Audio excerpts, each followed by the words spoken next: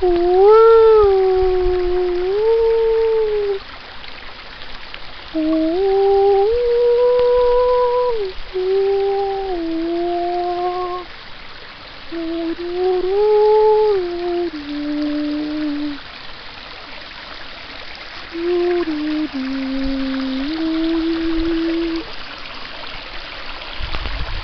você quer saber o que é a serenidade, observe a água, que apenas flui.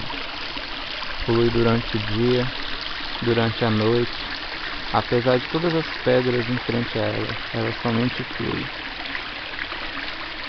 Tal qual é sua paciência, que esculpe lindas paisagens como esta.